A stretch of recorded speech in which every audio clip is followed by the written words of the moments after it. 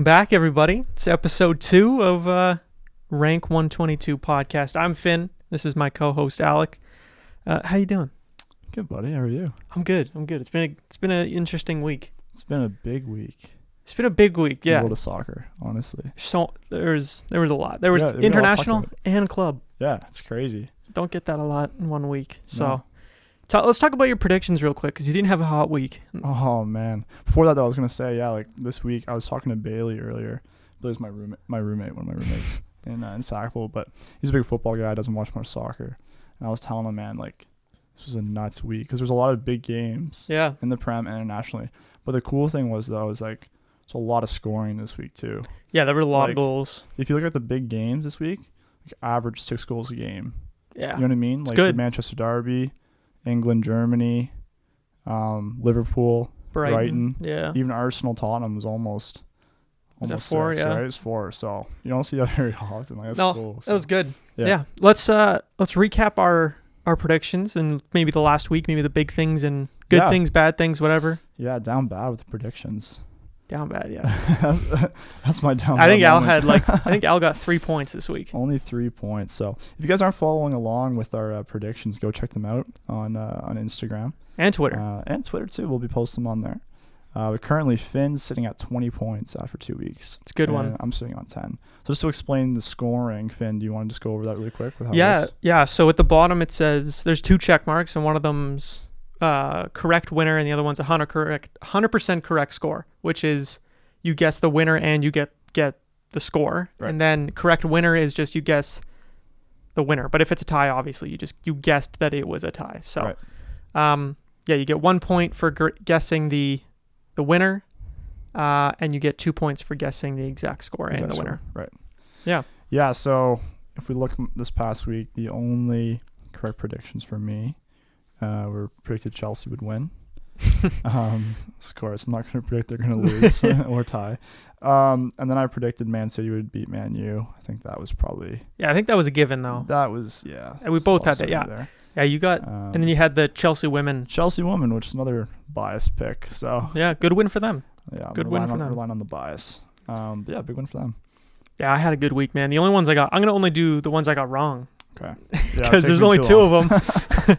I got Portugal, Spain wrong, but that one's so hard to pick, man. Yeah. They're like so equal. Definitely right now. Spain won that one 1-0, and I think we both had Portugal taking it 2-0. Yeah. And then I got the Liverpool Brighton one. I'm a bit biased, so I put them for a win, and they tied 3-3. What a game. It's frustrating, man. Yeah.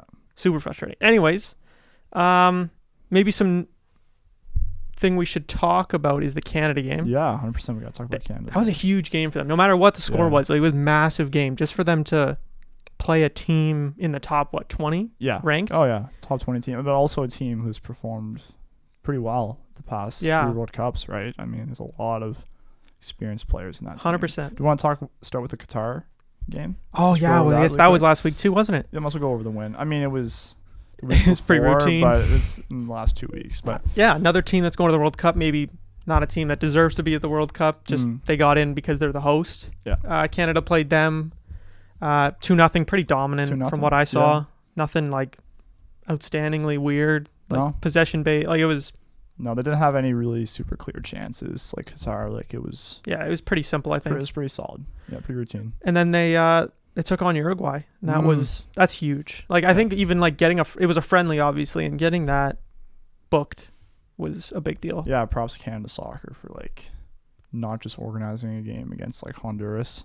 You know what I mean? Like actually like scheduling a good tough team, right? I mean, you don't necessarily want to go and play like Brazil or Argentina. No, you don't want to get smoked. Get smacked. Not saying who knows, but it's not good for morale, right? I mean, they went and played against Uruguay and they brought it. Very honorable performance. Yeah, I think the possession was close to 50-50. I have it here actually. I put it down. So Canada had more possession. They had 56% possession. Yeah. They outshot them on target, 11 shots to 6 as well. Mm-hmm. So it's pretty good. And that is pretty good. I mean, if you like watch the game, like they had some really solid chances.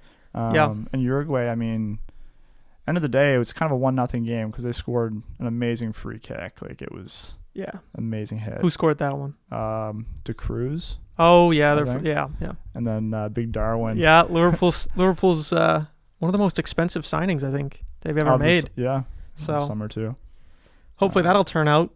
Yeah, Suarez to Nunez. So it's 2-0. I mean, you see that score and you're like, oh, it's not much to be encouraged about. But at the end of the day, if you watched it, you'll go back, watch the highlights, like the stats. It's much closer than it appears. And I think they kind of dominated the second half. Honestly, like they played really well. Two goals relatively early as well. So yeah, and like we said, like that's a big deal for Canada to play a team of that stature and what's the word I'm looking for? Quality.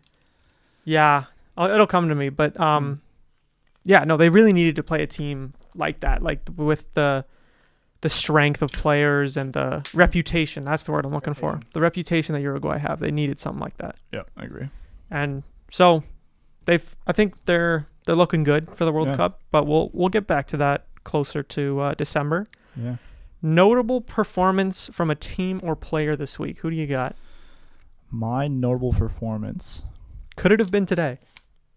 I mean, man, it's going to become the Haaland show, man. It's crazy. I mean, give some backstory of what's happening with him. Right. I mean, I'm going to say, just to give props to the squad, I'm going to say Man City. Right.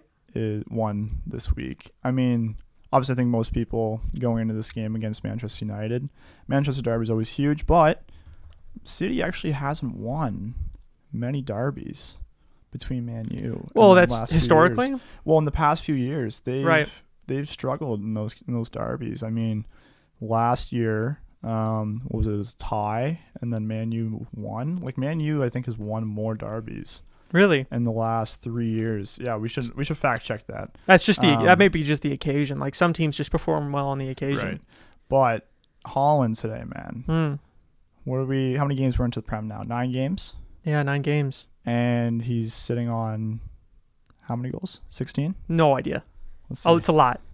But like if you're scoring above a goal a game, that's ridiculous. Especially in like the best league, quote unquote, let's with quotes over it. But best league in the world?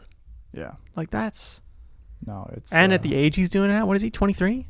Dude, like he's a freak, man. I mean, there was a stat today that really stood out to me, was that... The record break one? Well, he has 3 hat tricks. In a row, but also in 9 games. First 9 games in the Premier League, he's 3 hat tricks. It took Ronaldo over 230 games. Saw that. In the Prem, score 3 hat tricks. Similar age too. Yeah. Like it's unprecedented, man. Like we knew he was going to be good, but this guy, like he's different. He needs to be nerfed. Like I don't know. I don't think teams are going to be able to figure him out too. And like he said today before the game, he was like, if I time my runs perfectly, nobody can stop me. Yeah, and he's that confident. And it's true, man. He's so fast. He's so big. He's so strong. But he has that confidence where it's like if he's on his day, like today, man, he's untouchable. It's a good show. Man City as a whole, though, crushed. Like Phil, shout out to Phil. Big Phil, man. Like respect. Like he single-handedly. Like, I mean, I love Mason Mount, but Foden is showing him out. Yeah. Showing him out this season, man. Like he's been phenomenal. He's earned that place in the England starting 11. I think, in my opinion. Yeah. And De Bruyne too, man. Like that pass on Haaland's second goal. Wow. If you haven't seen it, we highly recommend it. Wow. Just try your best. If you don't know soccer, just try your best to just appreciate what happened. You gotta watch those highlights because it's one of the biggest rivalries in the world. Like tons of people watch it around the world. Like 2 teams that are highly respected and highly beloved. So and playing the same. They play in the same city. Like that's weird. That's not usual. Like over here in North America, you don't see 2 teams in the same city very often. That are also just so big and so good. So Haaland. So you're doing Haaland, or are you doing? I'm just looking at how many goals he has. Oh yeah. So far. So it's probably a big one, man. Yeah. Let me see. ESPN. It's not updated yet. It's okay. I'm going to do mine while you're waiting here. Yeah. Bit of an underrated player, in my opinion, just kind of goes under the radar. But like, man, he's such a talent. Is like when you watch just him, he's such a talent. And it's Leandro Trossard. And I'm not saying this just because he scored 3 goals against us, but like, I don't think people realize how hard it is to score a goal against a team like Liverpool at Anfield, which is Liverpool's home stadium. Yeah. Like it's hard to score one goal there. It's probably one of the hardest places to go in the first place as a team, no matter who you are. But to score 3 goals, dude, it's nice hard. Goals too. I mean, they were so nice. I have to say they were so nice. Looking really good. So big shout to him. That is not a Brighton draw without that guy. So no, big shout out to him. Definitely not. And just building off of how hard it is to score goals at Anfield, let alone score a hat trick. Yeah. I think Arshavin, yeah, he scored 4, didn't he? Was the last one to score a hat trick at Anfield since Trossard, and that was like 2013 maybe. Oh, before that, it's been a while. Those were those that Arsenal. That guy was different though too. He was the Arsenal yellow jersey. That was like 2009 or something. It was really, a long time ago. He's really good. Yeah, but that just goes to show it's not an easy place to score at. Like I think a couple of years ago they had like a 70+ game unbeaten streak at Anfield in all competitions, which that was what, 2 years maybe? 2 years, yeah. Like I think it got close to like one of the longest winning streaks at home ever, which is crazy. Tied up there with Chelsea. But yeah, okay, so he's played, there's 8 Premier League games done now. Yep. And he scored 14 goals. That's crazy. How many assists you got there? 3 assists. Wow, you got 2 today. So he's his first 11 games with City though, all competitions, 17 goals. Oh my God. Yeah, no, that's like Messi and Ronaldo, like they have. Yeah, that's crazy. So I mean, the record for Premier League goal scoring is Salah, right? 32. 32 right. In a 38-game season. In a 38-game season. So Haaland has 30 games to score 19 goals. That's wow. And then he beat Salah's record. So he's got 19. Wait, what was it? 30 games, score 19 goals. 30, so, dude, some players don't even get 19 goals or 14 goals in a season. Man, at this pace, man, like he could hit 40. Yeah, he could crush the record. And then, yeah. Who knows though? You know, we might be gassing him up, and it could be just like something that's just going right for him right now. Yeah, and like, I mean, maybe teams try and line up differently. I don't know how you do line up differently because nobody has seemed to figure that out so far. Only man that's figured him out is Van Dijk. I think the only thing that can stop him is going to be injuries. Because, I mean, we've seen he's 100%. Had some bad injuries at Dortmund the past few years. I mean, he's a big boy. Mm-hmm.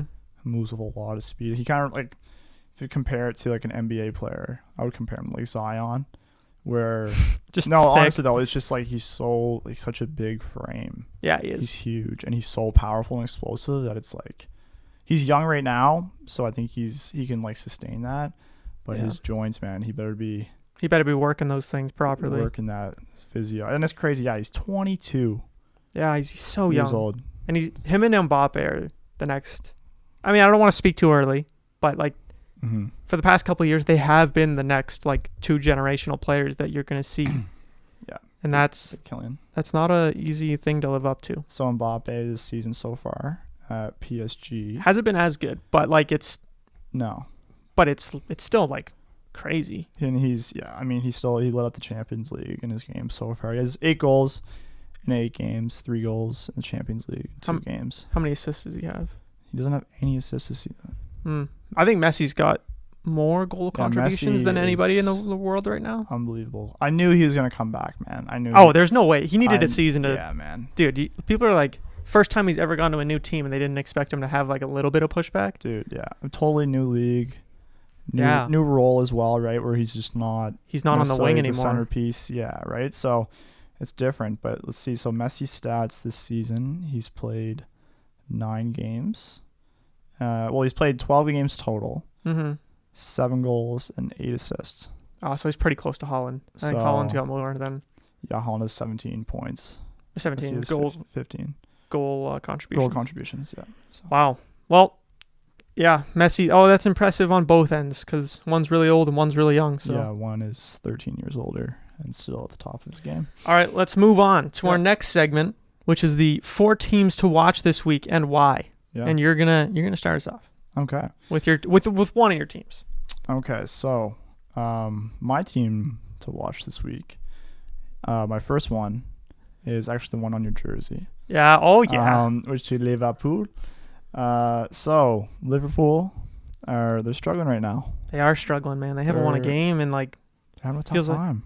Yeah, they are. How many like games now? I think without a win. Like we've dropped points in like, I want to say 4 or 5 of our Premier League 8 Premier League I games. think you guys have 4 draws, 2 losses or 1 loss, 1 loss, 3 wins. 3 wins. Yeah, that's I got to put that in comparison to past seasons. I think we had in the last 2 seasons combined, or no, last season and the season before Okay, in the past like 4 years, there was 2 seasons where we only had 1 loss the entire season, and like 4 draws. I think was the max we got too. So not off to a flying start. No, and it doesn't look like it's getting any better because Klopp, the manager of Liverpool, said like he doesn't know what's going wrong. Yeah, like he doesn't understand like why we're not performing well. But why did you choose Liverpool? So today? Liverpool. So this week they got 2 tough games. They got a midweek Champions League game Tuesday against Rangers. A must-win for both teams. Which is a must-win for both teams. They're playing in Anfield, correct? Yep. Yeah, they are. Yep. So Rangers, I mean, they haven't been the best as of late, but they did win at a big win this weekend. Kyle, our new friend from Scotland, who's a big Rangers fan, he let me know. Big reminder there. Yeah, he let me know they won. He said it was a big win. So they're coming off a little bit of momentum right now. Liverpool defense is looking shocking at the moment. Yeah, the only good player is Alisson. Yeah. Like both fullback. Well, Robertson's been injured, but both fullbacks in general, Robertson, Trent, and Tsimikas, all pretty terrible. Have been looking great. So yeah, so they play Rangers midweek, but then they're going to first place, Arsenal. Yeah, that's this week. That's not good. And they're going to Emirates, aren't they? I have no idea. Probably though. I think they're going to Emirates. So massive game. That's a down bad week if we lose both. Holy moly! If you guys lose to Arsenal, man, like first thing that could be massive for Arsenal in terms of their season and morale, man. Like holy, what would that do to their dude? Because like you guys crushed them. Well, didn't crush them, but you beat them. We embarrassed them, I think, a few times. I was watching that All or Nothing documentary, Arsenal. Check it out if you haven't seen it yet. All or Nothing is great. But yeah, last time you guys played, you were at Emirates. Jota dismembered Arsenal. Had a few, yeah. But yeah, so Liverpool's my first team. Second team. Do you want to say your first? Or go ahead. Okay. Second one is Tottenham Hotspurs because they also have Champions League game this week, which is against the current Europa League champions, Eintracht Frankfurt, which is a very good team, very good side. Very good Lots team. of talent, very well coached. They play them on Tuesday, so that's going to be tough. And then big game against Brighton this weekend. Team coming off a hot week and some rest. They'll have rest. And Brighton's looking really good right now. Mm-hmm. Even without they lost their big man. Yeah, they lost their manager, moved to Chelsea. But yeah, Tottenham's gonna have their work cut out.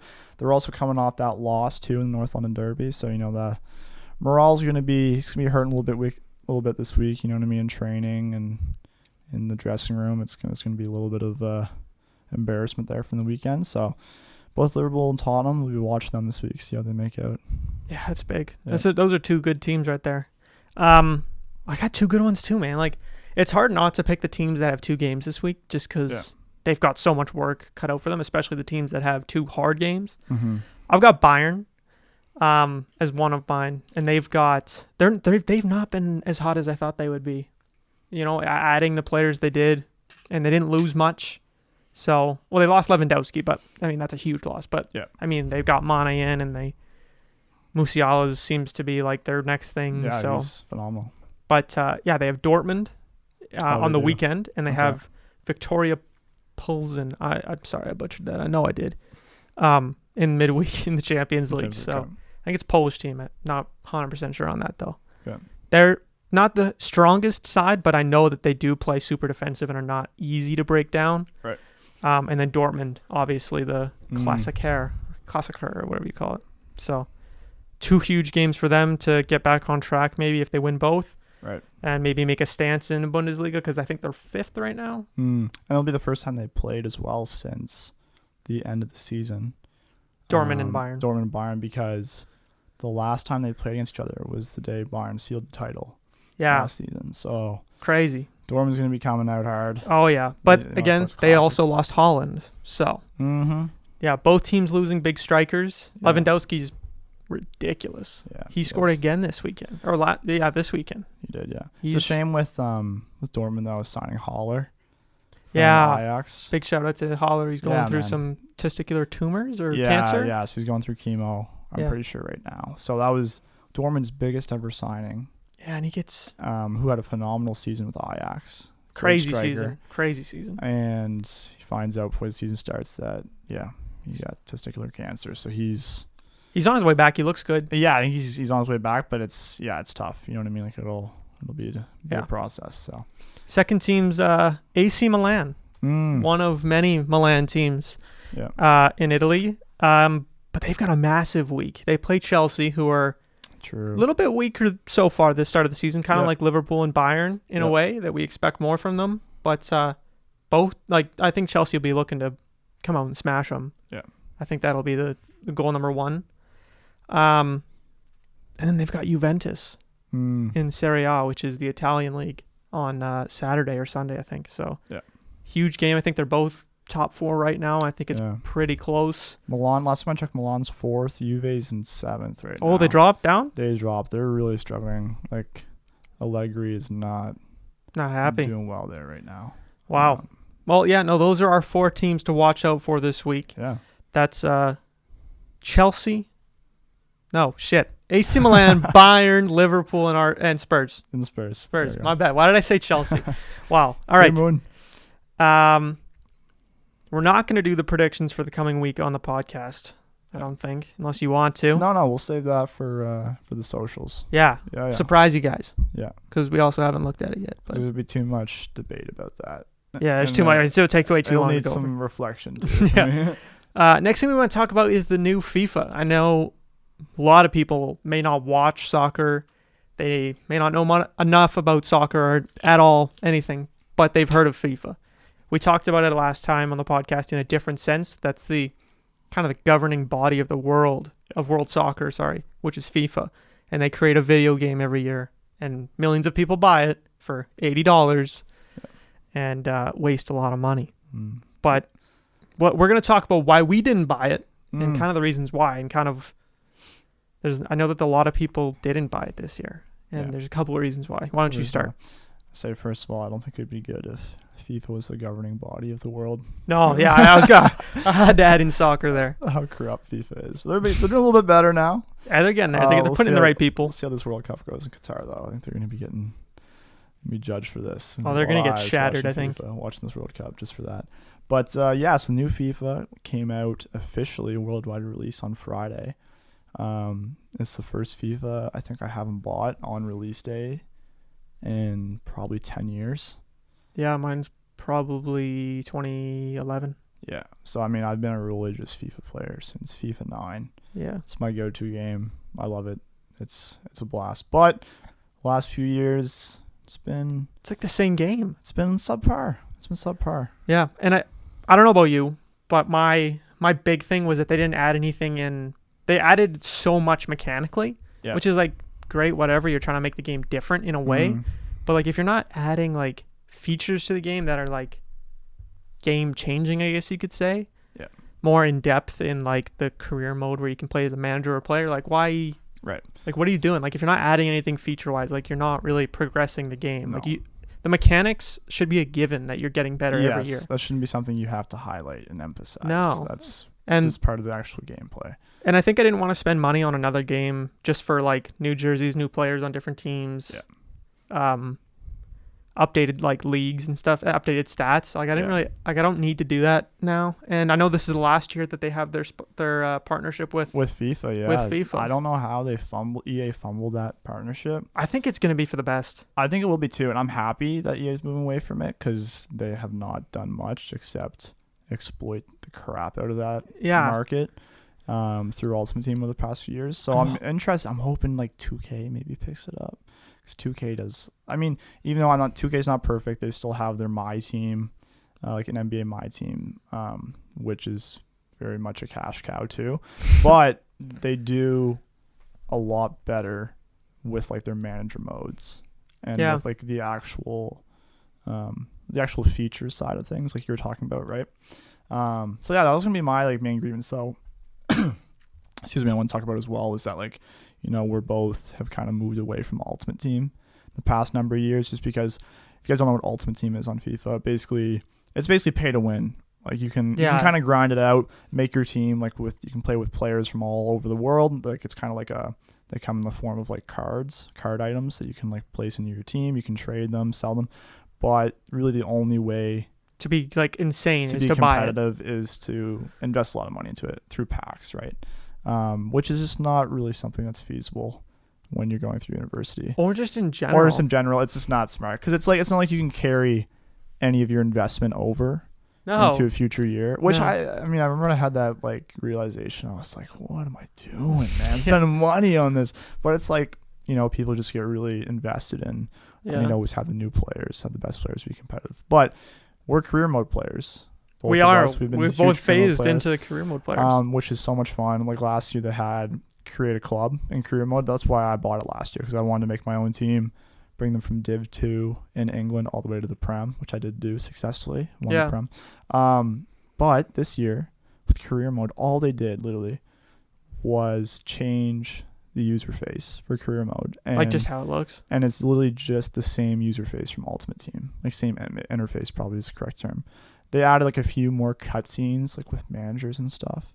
The only really big addition, you think you know what I'm gonna say, is adding Ted Lasso and AFC Richmond. When they released that, and I saw that, I was like, oh, what am I gonna do? They're reeling me in. I love Ted Lasso. I'm watching it right now. Still not done it, but it would have been fun. Maybe we'll still buy it. What I'm holding out on, I'm not buying it yet, but I'm really holding out to see how this World Cup mode goes, because if they do release this World Cup mode and it's amazing, and it's very in depth, it'll be like I was saying like yesterday, like they're probably gonna put it on sale for World Cup. Yeah, FIFA at least, and if they come up with a good World Cup mode, like we'll probably both buy at that point. Yeah, because I mean, I'd love to take Canada.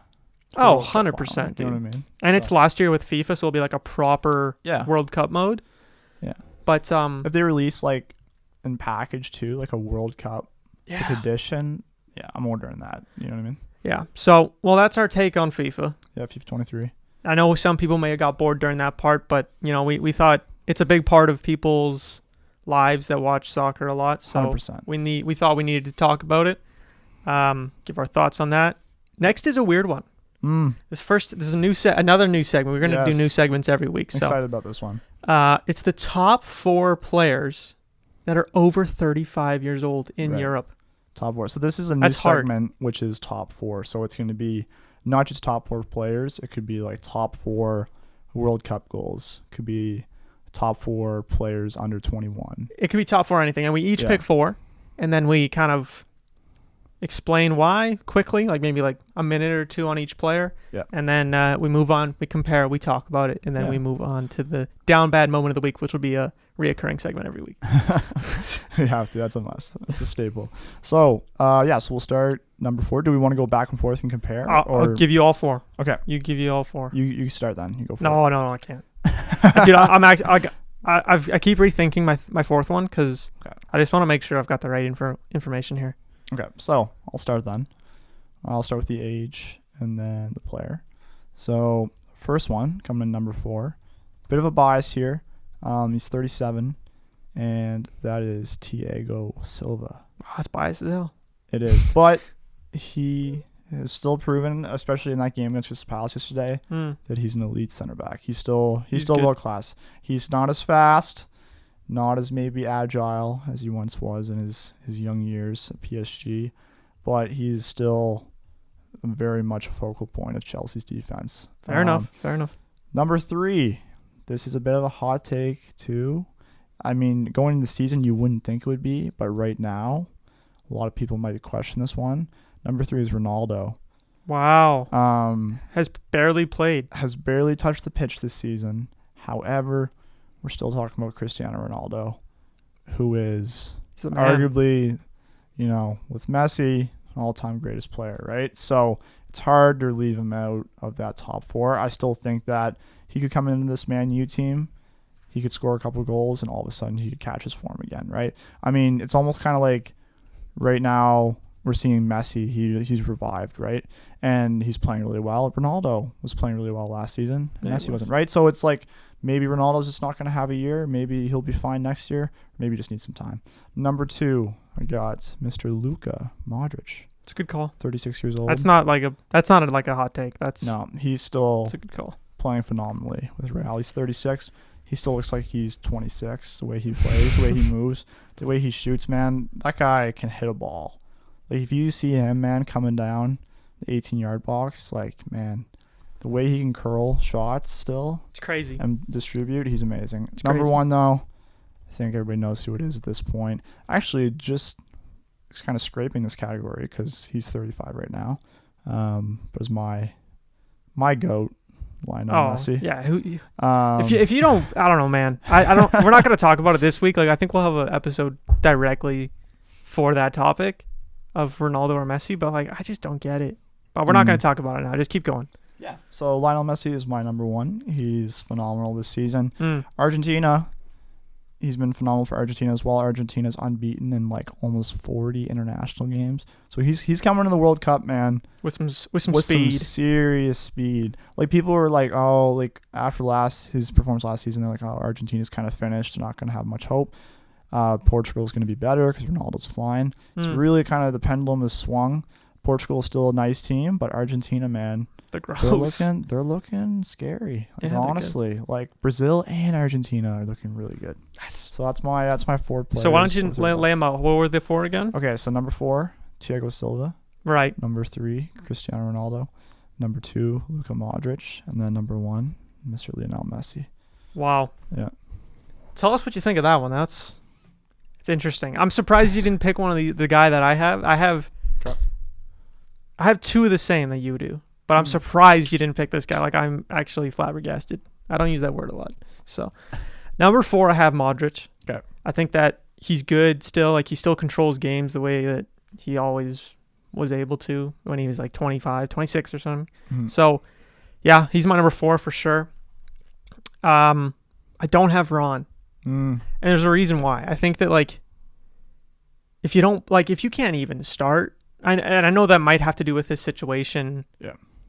With the team, but like if you're not starting, like it's kind of hard to put you top 5. Yeah, no, I agree. Like, yeah, I know he is top 5, but like it's hard to say he's like if he's not playing, like it's kind of hard to like just still argue it. Yeah, no, I know what you mean.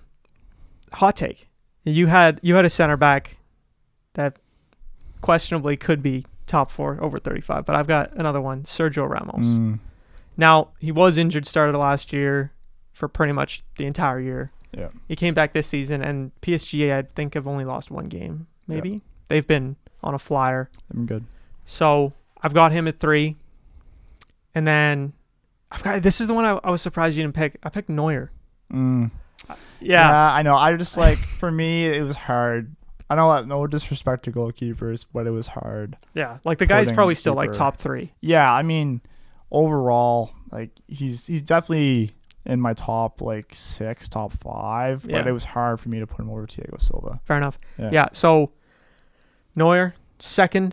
I think it's kind of obvious. Like the guy is ridiculous. Like he's 35 years old or 36 right now, I think actually, and he's like pretty prolific in what he does. Like he hasn't really slowed down per se. No, yeah, he's still very solid. Number 1, we both have the same number 1. It's Messi. Yeah. Like it's kind of hard to deny that. So yeah, switch right now. The real GOAT. And some honorable mentions that I just wanted to give out because I was on the fence about these ones was David Silva. That was a hard one because I actually love David Silva because he's phenomenal. He's kind of gross. And Ibrahimovic. Yeah, I was thinking that was the first one that came to mind too, actually. Before Messi or Ronaldo, I was like Ibra. Yeah. He's still, he had a phenomenal season last year in Serie A. Right. How many goals did he score? He was like he got injured, so we don't know. But he was looking really good. But yeah, I say my honorable mentions would be Ibra, but also Neuer too. No disrespect to Neuer, but had to get my man Tiego Silva in there. So yeah, no, it's that's good. Those are good picks, man. Yeah. All right, now we've only been filming for 35 minutes. That's pretty quick episode so far. We're making good time today. So we're doing it for you guys. Yeah. Now give me your down bad moment of the week. Down bad moment. Just on Ibra there. Oh yeah. So last season, first season back at Milan, he had 15 goals in 19 games. So he only played half the season and had 15 goals. And he's 39 now? 38? And right now he's 41. He's 41? So he scored Yikes. 15 goals At in 40 Serie years A old. At 40 years old. So, I mean, just that and alone Yeah. deserves a big round of applause. Oh, huge. For King Zlatan. I know this. Dude, like, if you just look back, I'm just looking here. Like, I'm just checking stats through, I don't know if you've been on this website before, Transfer Market. Yep, of course. You guys, it's awesome. But, like, man, he has had the most insane career trajectory. I know, man. it's just crazy. Like Ajax to Juve, Inter Milan, Barca, PSG, like Man U, like he's been everywhere, man. Every team he mentioned is like a top 15 team history-wise all time. God, he's something else. And he's dominated at every single one. 492 goals in 815 games. Doesn't sound like when you're talking about like if you're a hockey fan like Canada, a lot of people here are hockey fans, and that doesn't sound like a great stat, especially for a goal scorer, quote unquote. But that's ridiculous. That's phenomenal. And 202 assists as well. You gotta peep that. So yeah. Not necessarily soccer related, but age related. I want to give a shout out to Fernando Alonso, who's now the most experienced F1 driver of all time.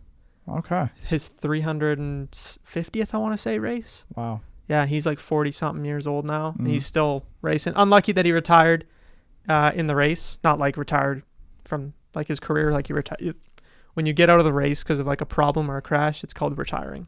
Right. Anyways, now to our down bad moment of the week. What is yours? A good down bad moment, or like a one to like maybe like say like, oh, maybe we should not be talking. So my down bad moment, this one might hurt a little bit for you. It's a little bit personal, but was something we already talked about today. Was Liverpool's defense. They are my down bad moment of the week, and it's kind of been a reoccurring theme, so that's why I think it kind of merits this mention today. But they're struggling for a defense who most people considered a top 5 defense in the world going into this season. Right. Or have they even kept a clean sheet? Oh, they did against Bournemouth when they won 9-0. That's I know that for sure. Yeah. But they've had very few clean sheets. Trent's been all over the place defending. Van Dijk, who for me going into the season is probably the best center back in the world, has maybe dropped off a little. Yeah. Looked a little spotty. Matip so as well. No Robertson, Simicast. He's kind of whatever, man. Man, Liverpool, they got to figure out their defense, man. Like this. We're still like the weird thing is like we know we're playing terrible, but we're still like what 8th, which is horrible for standards, but like 8th in the Premier League is nothing to laugh about. We're trying to look at the positives here. Yeah, I know it's a down bad moment, and I agree with you. Yeah, that's the thing. It's like there's still positives. It's still very early on the season. We got 30 games to play, but it's like for Liverpool's standards. It's not it right now. They got to figure their stuff out. Yeah. All right. That's a good down bad moment. I do have to say that's a good one. Mine's a little bit more serious. I'm not gonna lie to you. It's no smiling during this one. Anyways, this one comes from Indonesia. I think it was yesterday. I want to say there was a game between two teams in the Indonesian league, fierce rivals apparently. Okay. Ended, I think, not the way the home team wanted. I think it was an away win for the team, and there was a riot in the stadium, and the fans like stormed the pitch. Right. It was like a stampede, and they haven't really got the toll, I think, correct yet. I don't know. I've seen a lot of different reports, but apparently around 125 to 180 people have passed away. I've seen 100. Like, I was looking at New York Times today, and they said 125 confirmed. But they said I saw over 300 injured. Yeah, and that's crazy. That's the worst soccer-related disaster ever. Yeah, that's terrible. I mean, and prayers and thoughts go out to everybody. Everybody affected by that. It's terrible. So, I mean, basically what happened, just from like, I haven't looked at a whole ton of reports, but from what I've read today, is that crowds were like rushing the field. And the police started like spraying tear gas, which they're not supposed to do. They're not supposed to carry them at all. Yeah, like why? They're like, I think FIFA's said that like all police that run games are not even supposed to hold like batons half the time. No, they're not. Yeah, like the police came armed with tear gas. This is from the New York Times article. Even though its use at games is prohibited by FIFA. Yeah, so it's just terrible, right? So they spray this tear gas in, trying to get people to go back into the stands. Then it causes a whole ton of panic in the stands.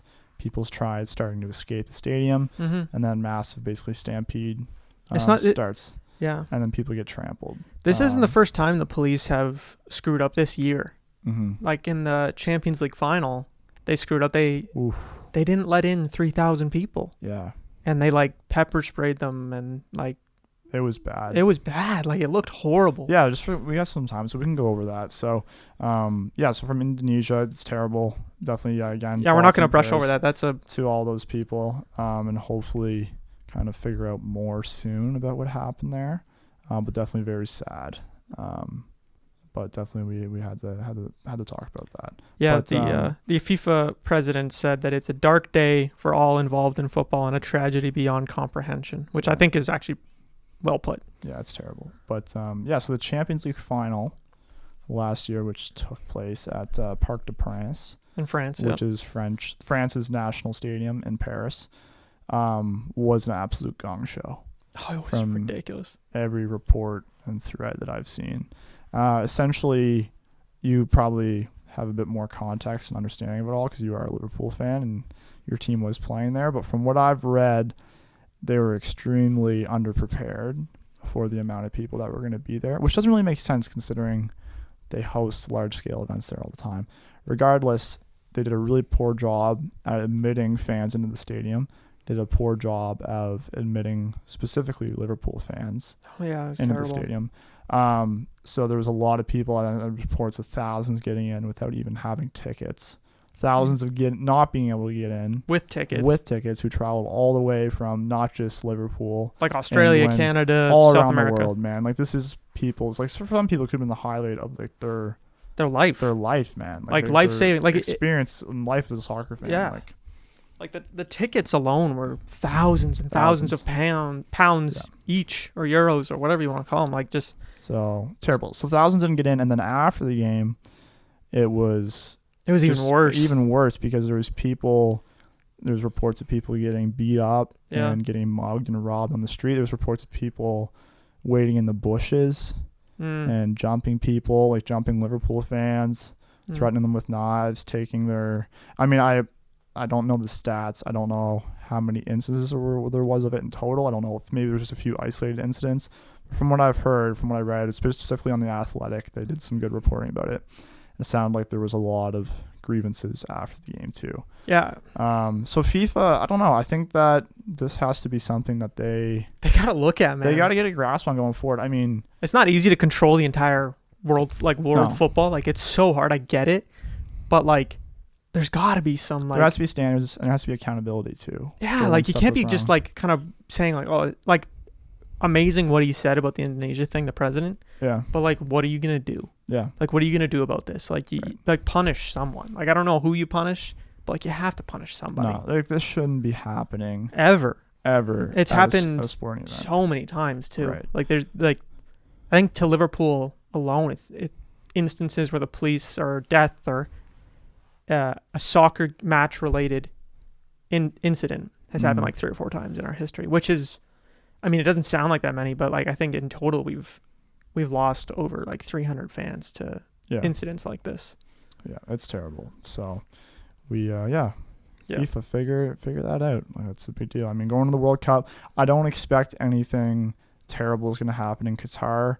Because whereas it's a safe country, it is safe, but also it is very strict in terms of their laws, in terms of what flies there too. Etiquette, but also, like the people in Qatar, like seems like there's very high standards for conduct there, according to their laws and regulations. So I don't think you're going to see anything probably crowd related that's going to be. Hopefully not. Hopefully not. Knock on wood. But what I'm interested to see, though, is with some of these laws that are very strict in Qatar, how it could affect fans traveling there, and their experience outside of soccer games. Because I already know like they've come out and basically said that like, you can't like any like anybody who like hooks up and it's like a homosexual act, then like it's not going to be permitted at all. Like that's against the law there. There's some interesting laws there. So like just that one instance, it's like, how can you expect to have an international event, arguably the biggest international event in the world, and then have a law like that? Also, how are you going to prove that? I know it doesn't even make sense. No, I was like, how are you going to like prove that this happened? Like, that just makes me like reflect on FIFA, man. And it's like the fact that even Qatar was given this World Cup just in money. the first place. And actually, that's something I wanted to bring up today was respect to Denmark. I don't know if you saw that. No. But Denmark, for their World Cup kits that they released last week, they've actually decided to basically go in just like a full red kit and a full black kit. You can barely make out their crest and their kit sponsor. And the messaging behind that is that they don't want their affiliation. Like they don't want their kit sponsor, but they also don't want to like sponsor like the Danish federation at the World Cup because they don't feel like they should be representing themselves at the World Cup. Like they shouldn't be showing off their national pride because they don't feel like they should even be playing in Qatar. So that's like a pretty strong stance coming out and saying like, we're basically not even, looking forward to being here. We have no pride in being here because of the human rights violations that are happening here in the first place.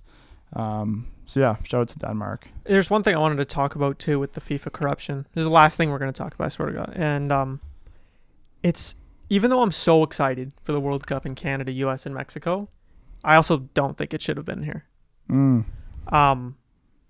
I believe that the World Cup should be an experience that's like enriched in like the culture of the country that it's hosted in. Like Brazil, unreal World Cup. Yeah. Like that's a culture that lives off of soccer. Breathes it. And not necessarily a lot of money, right? Like there's like obviously a lot of population, a lot of people and all that, maybe a little bit of money they could have thrown at the World Cup, but like that was a purely cultural experience for people. But like you're coming to Canada, Mexico, US, first of all, super spread out. Like there's what, 11 cities or something crazy? Yeah. Like how do you expect teams in a month to be flying all over the continent? Yeah. Playing games at the highest level. I know, and you have to have your fans following them around. I know, it's ridiculous. And it's expensive to fly here. Logistically, when they did the Euro, like the Intercontinental Euro, where they had games all in different European countries, it made sense. It's a good idea. Right, because it's feasible in the way that Europe's tiny. Europe's not that big, like geographically compared to North and Central America, but also it's so much easier to get around. Like a train. Like imagine trying to take a train from like here to like Mexico City. Yeah, like you can't even do that. It's not even possible. Even in New York, man, like the logistics behind that are just terrible. But yeah, so it's a bit weird as much as I'm so excited for it. Yeah. Because I hope I'm going to get to a game in Vancouver. Is that the city we have? Yeah, so we got Toronto is confirmed. Toronto and Vancouver? Toronto, Vancouver, and Montreal, because I don't think Edmonton got it. What's the third one, actually? We should definitely know that. Maybe there's only actually two. I have a feeling it's only two. No worries. Let me look it up. But a second. Yeah, super excited. Just to expand on that, though, I think that in a way it'll be great for growing. Yeah, no, it's a good idea. Here, and because it has been in the U.S. before, and it did definitely help, especially when the MLS was kicking off, to really get that homegrown support. So it'll help Canada. But I feel like, honestly, it would have been interesting if they had given the majority of games to Mexico, who is much more of a soccer nation. Just like being objective, is much more of a soccer nation than U.S. and Canada, right? I understand that, with the U.S., it's a bigger probably market, right, where you have those massive NFL stadiums, and maybe if you look at from a just safety standpoint, especially right now, it maybe is a bit safer too, having the majority in the US. But that's actually interesting you say that. There's a report that came out yesterday about the safest countries in the world, and US was like 111th. Really? Yeah, so low. Mexico cannot be higher though. I can't imagine, but like, I mean, 111? Not saying that U.S. is a safe country because I don't want to give them that title. That title. They don't deserve that. But if you just look at, you know what I mean, with some of the stuff that's been coming out of Mexico too. Yeah, not no, it's soccer, but it's not better. With people traveling there and struggling. Yeah, but like another one was like Russia. Like, yeah, I know. It was a good World Cup to say. Like, it was cool to watch. Didn't seem like it had a lot of problems. Yeah, but like weird.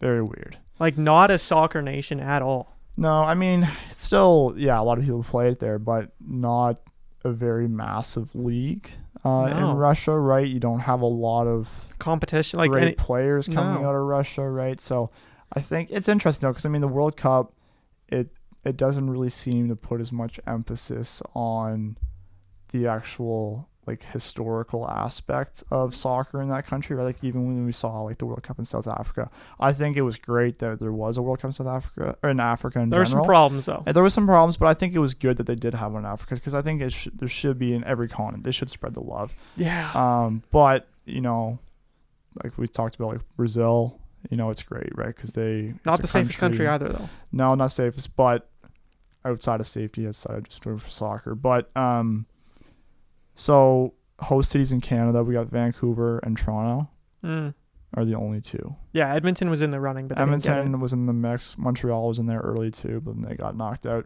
But I know the big ones. There's reports coming out that the final is actually going to be played in Sackville, Dallas. New Brunswick. In Sackville, yeah, at Alumni Field. No, actually at Dallas, though, at the Cowboys Stadium, at AT&T Stadium. That's huge. 80,000 capacity. People were kind of raising some eyebrows, wondering why not do it in New York at MetLife Stadium or in the brand new SoFi Stadium in LA, which is beautiful. Well, think about it like this. You're in New York. There's like, how many fucking people there? Million, like over 20 million. I know that. Yeah, just in Manhattan. In December, near Christmas. You're talking about packing that many people into one city? It'll be in the summer then, though. Oh, shit. Yeah, sorry. I'm thinking about this year. Never mind. Don't listen to me. I know what you're saying now. Yeah, but no, good for Dallas, though, man. Like, Texas is... It's cool, I guess, yeah. Yeah, Dallas is growing. Houston's growing, too, so... We've dragged this episode out very long. Yeah, we're almost at an hour now. 52 minutes. Okay, yeah, so let's... We wrap this up for you guys. Let's shut down. We got a soccer game soon, actually. We play at... We're playing an hour and a half. 10 o'clock tonight, so... Yeah. I thought your down bad moment was going to be me missing from my yard out last week. Oh, the personal one. When you said personal, I was like, no way he's bringing this up on the podcast. Honorable mention. We did win, though, so it didn't matter. We did crush him. But Finn, yeah. I missed it popped up, came across the box, and I just... got my it kind of hit the top of my foot when I jumped to it and it just hit the bar. It was embarrassing. I was probably like 1.5 yards out. It was brutal. Yeah, but you're gonna score tonight. Yeah, you're gonna make up for it. Yeah. All right. Thank you so much for listening. This has been episode 2 of the Rank122 podcast with Finn and Alec. We'll see you guys not next week but the week after. See you guys later. Thanks, guys.